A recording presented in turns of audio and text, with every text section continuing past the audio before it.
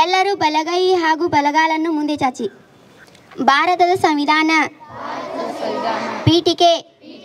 ಭಾರತದ ಜನತೆಯಾದ ನಾವು ಭಾರತವನ್ನು ಸಾರ್ವಭೌಮ ಸಮಾಜವಾದಿ ಧರ್ಮನಿರಪೇಕ್ಷ ಪ್ರಜಾಸತ್ತಾತ್ಮಕ ಗಣರಾಜ್ಯವನ್ನಾಗಿ ರೂಪಿಸುವುದಕ್ಕಾಗಿ ಭಾರತದ ಎಲ್ಲ ಪ್ರಜೆಗಳಿಗೆ ಸಾಮಾಜಿಕ ಆರ್ಥಿಕ ಮತ್ತು ರಾಜಕೀಯ ನ್ಯಾಯವನ್ನು ವಿಚಾರ ಅಭಿವ್ಯಕ್ತಿ ನಂಬಿಕೆ ಧರ್ಮ ಮತ್ತು ಉಪಾಸನೆಯ ಸ್ವಾತಂತ್ರ್ಯವನ್ನು ಸ್ಥಾನಮಾನ ಮತ್ತು ಅವಕಾಶಗಳ ಸಮಾನತೆಯನ್ನು ದೊರೆಯುವಂತೆ ಮಾಡುವುದಕ್ಕಾಗಿ ವ್ಯಕ್ತಿ ಗೌರವ ದೇಶದ ಏಕತೆ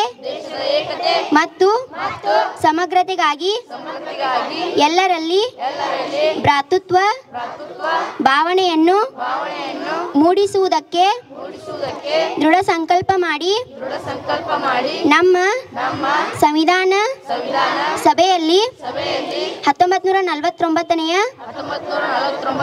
ಇಸವಿಯ ನವೆಂಬರ್ ತಿಂಗಳ 26ನೇ ದಿನದಂದು ಈ ಸಂವಿಧಾನವನ್ನು ನಮಗೆ ನಾವೇ ಅರ್ಪಿಸಿಕೊಂಡು ಅಂಗೀಕರಿಸಿ ಶಾಸನವಾಗಿ ವಿಧಿಸಿಕೊಂಡಿದ್ದೇವೆ.